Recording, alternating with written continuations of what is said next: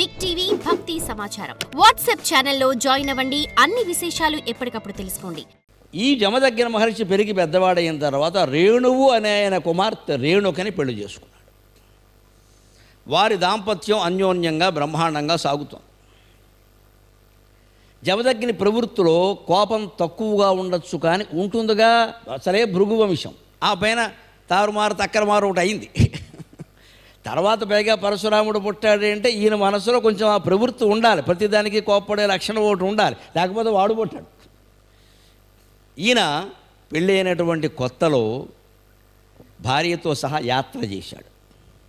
పెళ్ళి అయిన తర్వాత తీర్థయాత్రలు చెయ్యాలి. పెళ్ళి అయిన తర్వాతే చేయాలి. 70 ఏళ్ళు వచ్చాక చేసిన ఒకటే, మారిన ఒకటే. ఇప్పుడు మనం ఎంతసేపు 60 దాటాక ఆలోచిస్తాం. అక్కడ ఆలోచించాల్సింది అప్పుడు కాదు. శంకరాచార్య స్వామి ప్రశ్నోత్తర రత్నమాలికలో చెబుతారు, జీవితంలో పెద్ద కష్టం ఏమిటంటే వృద్ధాప్యంలో యాత్రలు చేయడం అంటాడు. పెద్ద కష్టం ఏమిటంటే వృద్ధాప్యంలో యాత్రలు చేయడం. 4 అడుగులు వేయలేవు, 2 మెట్లు ఎక్కలేవు.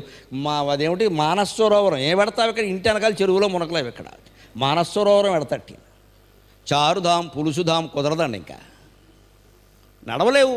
యాత్రలు ఎప్పుడు 25 ఏళ్ళు 30 ఏళ్ళ వయసులో మొదలుపెట్టి 50 ఏళ్ళ నాటికి ముగించేయాలి. ఎక్కడికైనా వెళ్ళగానే కాస్త నడవాలంటే నడవగల, ఓ పూట తిండి లేకపోతే ఉండగల, ఓ రొట్టె ముక్క తిండి బతకగలగాలి. అందుకే అప్పుడు పెళ్ళి అయిన వెంటనే యాత్రలు చేసేవారు. పైగా యాత్రల వల్ల ప్రయోజనం ఏమిటంటే పెళ్ళి అయిన కొత్త దంపతులు యాత్ర చేస్తే ఆయా తీర్థాలలో ఉండే గంగానది నీరు, గోదావరి నీరు, కావేరి నీరు, నర్మదా తీర్థం వాటిని సేవించడం వల్ల లోపల పెరిగేటువంటి బిడ్డ చాలా చక్కగా అందంగా ఋషిప్రాయుడుగా పెరుగుతాడమ్మా. చాలా గొప్ప సంతానం కలుగుతారు, మగ ఆడ ఇద్దరు కూడా. ఎందుకంటే జీవుడు ఎప్పుడు నీళ్ల ద్వారా ప్రయాణం చేస్తాడు. వీళ్ళ కడుపులో పడాలనుకునే జీవుడు తల్లి గర్భంలో పడడు, తండ్రి గర్భంలో పడతాడు. ముందు తండ్రి గర్భంలో పడడానికి మార్గమే ఉంది, నీరు తాగడం ఒక్కటే మార్గం.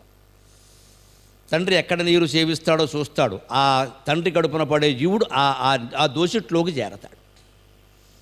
ఈ తల్లి తండ్రి కలిపి, అందుకే తీర్థయాత్రలకు వెళ్ళినప్పుడు ఒక్కళ్ళు స్నానం చేయకూడదు, సరిగంగ స్నానం అంటారు. సరిగంగ స్నానం అంటే సరిగ్గా గంగలో మునగడం కాదు, ఇద్దరు కలిసి మునగడం.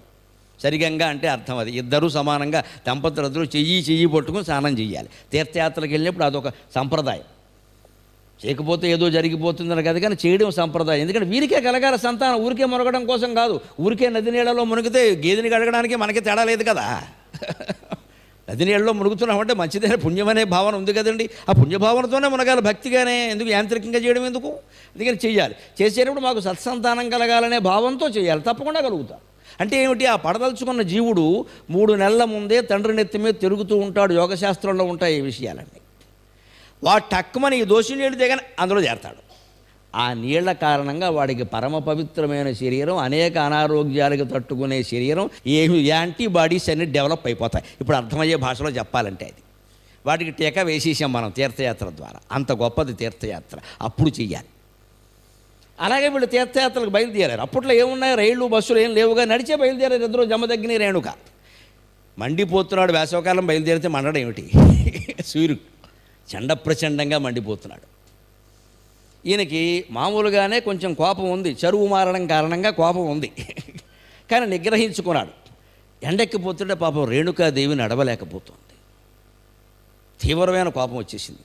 మా ఆవిడ నేను సరదాగా హనీమూన్ కింద తీర్థయాత్రలుగా బయలుదేరితే అసలు ఈ సూర్యుడికి ఎంత ధైర్యం ఇంత ప్రకాశించడానికి అని కమండలోదకం తీసుకున్నాడు. ఈయన ఇల్లు బంగారంగా, ఈయన తపశ్శక్తి అది. సూర్యుడిని చెబిద్దామని. నువ్వెవడ వయా ఇంత తీవ్రంగా ప్రకాశిస్తున్నావు? మా ఆవిడ నేను సరదాగా తిరుగుతున్నాం, వయస్సులో ఉన్న దంపతులం, కొత్తగా పెళ్ళయింది, మేము తిరుగుతుంటే ఇంతలా ప్రకాశిస్తావా అని తీసుకుని వెంటనే ఈ నీళ్లు తీసుకుని మామూలుగా ఊరుకోకుండా సూర్యుడిని శపించాడు. నువ్వు ఖచ్చితంగా నీకు గ్రహణం పట్టేస్తుంది, మబ్బులు గమ్మేస్తే రాహువు నిన్ను ఆక్రమిస్తాడు, ఇక ముందు నువ్వు ప్రకాశించలేవు అని శపించాడు. అది జమదగ్ని స్థాయి. అది జమదగ్ని స్థాయి. కోపం ఉన్నా సరే అంతటి స్థాయి. ఆశ్రయిస్తే అటువంటి వాడిని ఆశ్రయించాలి. ఊరికి సూర్యచంద్రరావు రామచంద్రరావు పనికిరారు. ఇక్కడ సూర్యునే చెప్పించాడు ఆయన. దెబ్బకి సూర్యుడు మానవ రూపంలో ప్రత్యక్షం అయ్యాడు. ఆయన మంట ఆయనకుంది. ఇక్కడ ఏమిటయ్యా నువ్వు మీ ఆవిడ సరదాగా హనీమూను మినీమూను అని బయలుదేరితే నేను ప్రకాశించడం ఆపేయాలా? నా పని నేను చేయిద్దా? ఏమిటి శాపాలు మేము ఎవరో ఇవ్వలేమనుకుంటున్నారా? మీ మహర్షులకు ఏమిటి ఇంత గర్వం? అసలు నేను ఇస్తాను అని చెప్పి నువ్వు ఒక క్షత్రియుడి చేతిలో దారుణంగా చనిపోతావు అని చెప్పించాడు. దెబ్బకి ఈయనకి ఆ శాపం పడ్డాక అర్థమైంది, అనవసరంగా మాట్లాడినట్టున్నాం కదా అని. శాపమో ఇంకోటో ఏదైనా మనకు ఒక్కడిగా ఉంటుంది అనుకుంటే ఎలాగండి? ఓ పెద్ద రౌడీగాడు ఉంటాడు, వాడు ఎవడి మీద దాడి చేస్తాడు, వాడిని చంపేద్దాం అనుకుంటాడు. వాడు కనీసం ఏమండి వాడు వీడిని చంపలేకపోవచ్చు, 2 దెబ్బలు కొట్టడా, కొట్టుకోండి అని కూర్చుంటాడా? వాడి దగ్గర ఉన్న ఆయుధంతో వాడు కొడతాడు.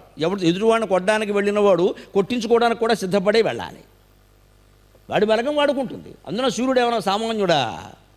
సూర్యనారాయణమూర్తి గ్రహాలకు అధిపతి, గ్రహరాట్. మీ ఇష్టం, మీ ఋషులకు లోకువైపోయాం. అసలు మేము నవగ్రహాలు పని లేక ఇక్కడ మీ ఇష్టం వచ్చినవాడు శాపాలు ఇస్తున్నారు. నువ్వు మీ ఆవిడ బయలుదేరితే నీకు కాళ్ళు కాలితే, ఆవిడ కాళ్ళు కాలితే నేను ప్రకాశించడం మానేయాలా? నన్నేమో రాహు ఆక్రమిస్తాడా? అందుకే నన్ను ప్రకాశించద్దంటావా? ప్రకాశించకపోతే లోకమేమైపోతుందయా? ఏమైనా ఆలోచిస్తున్నారా మీరు? అందుకని నువ్వు ఒక క్షత్రియుడి చేతిలో దారుణంగా పరాభవానికి గురువుతో మరణిస్తావు కూడా అని చెప్పించాడు. దెబ్బకి మళ్ళీ నన్ను చెప్పిస్తావా అని మళ్ళీ నీళ్లు తీసుకొని, కమండలంలో ఇంకా నీళ్లు ఉన్నాయి, వాటర్ బాటిల్ అయిపోతే గొడవ లేకుండా పోయేది. నీళ్ళున్న కొద్దీ చెప్పించడమే, ఇంకా కోపాలు అలా ఉంటాయి. చెరువులు మారడం ఇంత ప్రమాదమైంది. ఓ తరం మారినా సరే కోపం ఉందండి, అంత లేదు. కానీ మళ్ళీ సిద్ధపడ్డాడు. దెబ్బకి దేవతలు కంగారుపడి బ్రహ్మదేవుడికి చెప్పారు, స్పెషల్ కాల్, ఎస్టీడీ కాల్ చేశారు, నువ్వు వచ్చి రాకపోతే కొంపలు అంటుకుంటాయి ఇక్కడ. ఇదే సంక్షోభం అంటారు మన భాషలో. సంక్షోభం అంటే క్రైసిస్ మేనేజ్మెంట్. ఇది ఇవాళ మనం బాగా వాడుతూ ఉంటారు ఉద్యోగాలు, క్రైసిస్ మేనేజ్మెంట్. ఒక సంస్థలో సంక్షోభం వస్తే 2 పెద్ద అధికారులు ఎవరో ఉంటారు, ఇద్దరికి కోపాలు వచ్చాయి, వాళ్ళు కొట్టేసుకుంటారు. అసలు ఆయన ఏం చేయాలి? చైర్మన్. ఇందులో ఎవరిని సమర్థించినా 2వ వాడిని వెళ్ళిపోతానంటాడు. వాడు వెళ్ళిపోయినా ఇబ్బందే. అలాగనే నువ్వు వెళ్ళిపోతే సంస్థ ఎలా నడుస్తున్నాయని అనుకో, ఈయన లోకిపోతాడు. అనకూడదు, అవి వెళ్ళిపోకుండా చూడాలి, కానీ ఆ మాట వాడి దగ్గర అనకూడదు. అలాగని మీరు 2వ వాడు, ఇద్దరు గొడవగా ఉంది, ఇద్దరిలోనూ కొన్ని పొరపాట్లునే కొన్ని మెరిట్స్, గుణాలు కూడా ఉన్నాయి. అక్కడే చాలా జాగ్రత్తగా ఇద్దరిని విడిగా పిలిచి తలుపేసి మాట్లాడాలి. ఎవరికి వాళ్ళు విడివిడిగా పిలవాలి. వీలైతే భార్యతో సహా పిలవాలి. ఆవిడికి చెప్పాలి, అమ్మ కాస్త సంసారం చూసుకోవాలి కదమ్మా, మీ ఆయనకు కోపం యొక్క కొంచెం చెప్పుకోమ్మా, జాగ్రత్తగా చేసే ఉద్యోగం పోతే ఏం చేస్తారు ఇక్కడ అంటే, ఆవిడ ఇంటికి వెళ్ళాక పెట్టవలసిన తొడభాష్యం పెడితే ప్రతి మగవాడు లొంగుతాడు, శ్రీ మహావిష్ణువు సహా లొంగుతారు. లొంకకి ఏం చేస్తాడు? ఏదో చెయ్యాలి, అంతేకాని వదిలేసుకోకూడదు. ఎందుకంటే దీర్ఘకాలంగా పనిచేస్తున్నారు ఉద్యోగులు, అధికారులు, వాళ్ళు గుమస్తాలు కాదు, అధికారులు. వాళ్ళ మీద ఆధారపడింది సంస్థ. ఇవాళ వదిలేసుకుంటామని ఇంకోటి వచ్చి లాక్కెళ్ళిపోతాడు, 10,000 ఎక్కువిస్తాడు. ఈ అనుభవం ఉన్నవాడు మనకు దొరుకుతాడా? ఇది క్రైసిస్ మేనేజ్మెంట్. అలాగే ఒక మహత్తరమైన తపశ్శక్తి సంపన్నుడైనటువంటి భృగు మహర్షికి పుట్టినవాడు, భృగు మహర్షి వంశంలో పుట్టినవాడు, రుచిక మహర్షికి పుట్టినవాడు జమదగ్ని ఒకవైపు, నవగ్రహాలకే అధిపతి అయినటువంటి సూర్యనారాయణమూర్తి ఒకవైపు. ఎవరు తక్కువ వాళ్ళు ఇందులో? ఈయన శాపంగానే ఆయన ఏదో ఇచ్చాడు ప్రతి శాపం, ఈయన మళ్ళీ ఇవ్వడానికి సిద్ధపడిపోయాడు. అప్పుడు బ్రహ్మదేవుడు వచ్చాడు, మహర్షి ఆపుచేయి ఆపుచేయి. ఏమిటిది? మహర్షులు తపశ్శక్తి, అక్రోధస్తపసాం అన్నారయ్యా. తపస్సుకు మూల లక్షణం ఏంటంటే కోపాన్ని వదిలిపెట్టడం. అయ్యా ఇంత తపస్సు చేసి కోపంతో ఉంటే అలాగా అంటే అన్నాడు. ఎందుకో తెలుసా? ఆయన చెప్పేశాడు స్పష్టంగా, మా ఆవిడ పక్కన ఉండగా నన్ను అవమానించాడు. అదే అన్నమాట. ఒంటరిగా అవమానించుంటే గొడవ లేకపోయేది. ఈ ఫీలింగ్స్ మహర్షులకు కూడా ఉన్నాయి, గమనించండి. మనకు ఉండవు. ఒక మగాడు బండి వేసుకుని బయటికి ఎడుతుంటే మాస్క్ లేదు అని పోలీసు ఆయన పట్టుకుని ఫైన్ వేసాడు, కట్టేస్తాడు. వాళ్ళు ఆవిడ వెనకాల ఉండగా వేసాడు అనుకో, ఊళ్ళో అందరికీ లేదు, వారికి లేదు, వీరికి లేదని దెబ్బలాడతాడు. ఎందుకంటే వాళ్ళ ఆవిడ ఉంది అక్కడ. భార్య ముందు అవమానిస్తే ఎక్కువ కోపం వచ్చేస్తుంది మగాడికి. ఒంటరిగా గోమే కొట్టేసినా పర్వాలేదు, ఎవరో కొట్టలేదు, పైగా గంధం రాశాడని చెప్తాడు ఇంటికి వెళ్ళి. ఏమిటి ఇక్కడ ఏదో వేరుగా ఉందంటే గంధం రాశాడని చెప్తాడు, కొట్టాడని చెప్పాడు. వాడు గోబాలు కొట్టాడు.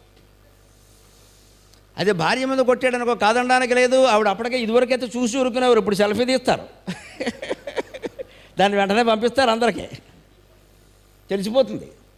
అందుకని పౌరుషం ఎక్కువ వచ్చేస్తుంది. అందుకని మా ఆవిడతో నేను తీర్థయాత్ర, అది కూడా శృంగారయాత్ర చేస్తుంటే ఈయన ఎలా ప్రకాశించాడు. అందుకని ఒళ్ళు మండి కోపగించా. అందుకని జరిగింది అంటే బ్రహ్మదేవుడు అలా కోపగిస్తే ఏమవుతుందండి? ఆయన అన్నదాంట్లో తప్పే ఉందో ఒకసారి. ఆయన ధర్మం ఆయన చేశాడండి. సూర్యుడు వేసవకాలంలో అలా ఉండకపోతే ఫ్రిడ్జ్లో పెట్టినట్టుగా చల్లగా ఉంటాడా? వేసవకాలంలో అలా ఉండబట్టే సముద్రాలు ఆవిరవుతున్నాయి, ఆవిరవబట్టే మేఘాలు ఏర్పడుతున్నాయి, కాబట్టే వర్ష ఋతువులో వర్షాలు కురుస్తున్నాయి. ఈ మొత్తం ఈ కాలచక్రం అంతా నడవాలా వద్దా? నడవాలంటే నవగ్రహాలు అలా ఉండాలా వద్దా? శ్రీమన్నారాయణమూర్తి ఆజ్ఞ అదే కదా. మరి దాన్ని మనం ధిక్కరిస్తే అలాగా మీరంతా ఆ నారాయణమూర్తి గురించే తపస్సు చేస్తారు, కానీ కోపం వచ్చేసరికి ఆయన్నే కాదంటారు అని బ్రహ్మదేవుడు కాస్త పక్కకి తీసుకెళ్ళి, ఈయన సూర్యుడు వింటుండగా చెప్పాలి, మళ్ళీ గొడవలు అయిపోతాయి. ఈయన పక్కకి తీసుకెళ్ళి ఏసీ రూమ్ తలిపేసి, ఏసీ 24లో కాకుండా 18లో పెట్టేసి ఈయన బాగా కూల్ అయ్యేలా చేసి చెప్పాడు. ఇదే క్రైసిస్ మేనేజ్మెంట్, సంక్షోభ నివారణ. దెబ్బకి ఈయన కూల్ అయిపోయాడు. పైగా భార్య లేకుండా చెప్పాడు, ఈయన ఒక్కడనే పిలిచాడు. తర్వాత ఆవిడ్ని పిలిచి, ఏమమ్మా కొత్త పెళ్లి కూతురు కదా, నువ్వు చూసుకోవద్దా అంటే, నాకేమన్నా తెలిస్తే కదండి, ఇలాంటి వాడిని తెలిస్తే నేను చేసుకోకనే పోయేది అనేది. ఆవిడ బాణం ఏదో ఆవిడ వేసింది. మమ్మల్ని ఏమైనా అడిగారు ఏమిటంటే తీసుకెళ్ళి కట్టేశారు, పదార్థం కన్యామృణేధ్వం అన్నారు, ముడేసేసారు, మేము చూసేమిటి వీళ్ళ సంగతి, ఏం చేస్తామంటే చేసుకున్నా. కానీ ఇలా ఈయనకి చెప్పి అప్పుడు మళ్ళీ సూర్యుడికి చెప్పాడు, నువ్వు కూడా కాస్త దేవతవు కదయ్యా, ఆయన అంటే ఋషి, నువ్వు దేవత, కొంచెం ఆగచ్చు కదా, ఆయన ఇవ్వగానే ఇచ్చేయడమా, ఆయన ఇవ్వగానే నా బోటుగాడికి చెప్పచ్చు కదా, నేను ఏదైనా చేసేవాడిని కదా, అందుకని మీ ఇద్దరిని నేను సంతృప్తిపరుస్తున్నా, కంగారు పడకండి, ఇచ్చిన శాపాలు ఏమిటో చెప్పండి అన్నాడు. ఒక్కసారి మళ్ళీ ఫ్లాష్ బ్యాక్, కంప్యూటర్ వెనక్కి వేసారు, క్లిక్ కొట్టారు, వెనక్కి నుంచి వచ్చాయి. ఏమి ఇచ్చాడు ఈయన శాపం? నిన్ను మబ్బులు గమ్మేస్తాయి, రాఘు ఆక్రమిస్తాడు అన్నారు. అది ఏడాదికో 2 ఏళ్లకో ఒకసారి జరుగుతుంది, ఎప్పుడూ జరగదు, అప్పుడప్పుడు జరుగుతుందని సవరించాడు. నువ్వేమి శాపం ఇచ్చావు అని ఈయన అడిగాడు. క్షత్రియుడి చేతిలో మరణిస్తాడు, పరాభవం జరుగుతుందని శపించాను అన్నాడు. ఆ వెంటనే జమ దగ్గర పిలిచి, ఏమయ్యా మరణం అందరికీ ఉన్నదే కదా, క్షత్రియుడు కాకపోతే చెప్పు దెబ్బకైనా చచ్చిపోవాలా వద్దా, ఎలాగో చచ్చిపోవడం ఖాయమైనప్పుడు క్షత్రియుడి చేతిలో మరణించడం మంచిదే కదా, పర్వాలేదు ఊరుకోమన్నాడు. ఓకే అన్నాడు ఈయన. అంతే, అలా చెప్పే విధానం. ఎలాగో పైగా ఇంకో గొప్ప జరుగుతుందో, క్షత్రియుడి చేతిలో చావడం అనేది మామూలుగా జరగదు, నీ కడుపును సాక్షాత్తు మహావిష్ణువు పుట్టబోతున్నాడు, అంతటి వైభవం ఎవరికి పడుతుందయ్యా, పైగా మరణించిన తర్వాత నీ ఖ్యాతి 2 అవుతుంది ఖచ్చితంగా నీ కొడుకు కారణంగా. అంచేత నువ్వేమీ కంగారు పడద్దు మహర్షి, ఆయన ఇచ్చిన శాపం నీకు ఉపయోగపడుతుంది అని ఈయనకి చెప్పి, నీకు ఈ గ్రహణం అనేది ఏడాదికో 2 ఏళ్లకో ఒకసారి మాత్రమే ఉంటుంది, అస్తమానం ఉండదు, అస్తమానం నువ్వు మూసుకుని కూర్చోవలసిన పని ఏమీ లేదు ఇక్కడ అని ఆయనకి చెప్పి ఇద్దరినీ శాంతపరిచి, అసలు మీ గొడవ ఎందుకు వచ్చిందని అడిగాడు. అది కీలకం. ఇక్కడ చాలా విజ్ఞాన శాస్త్రం ఉంది. మనం ప్రకృతి మీద కోపగిస్తూ ఉంటాం చాలాసార్లు, అలా ఉన్నాయి ఇలా ఉన్నాయని. ప్రకృతి ఏమీ చేయదండి, దాని సహజ లక్షణం ప్రకారం ఉంటుంది, దానికి తీసుకోవలసిన జాగ్రత్తలు తీసుకోవాలి, కానీ ప్రకృతిని కోపగిస్తే అలాగా. అందుకని ఎందుకు వచ్చింది ఈ గొడవ అంటే, కాళ్ళు కాలిపోతున్నాయి, నెత్తి చుర్రుమంటోంది.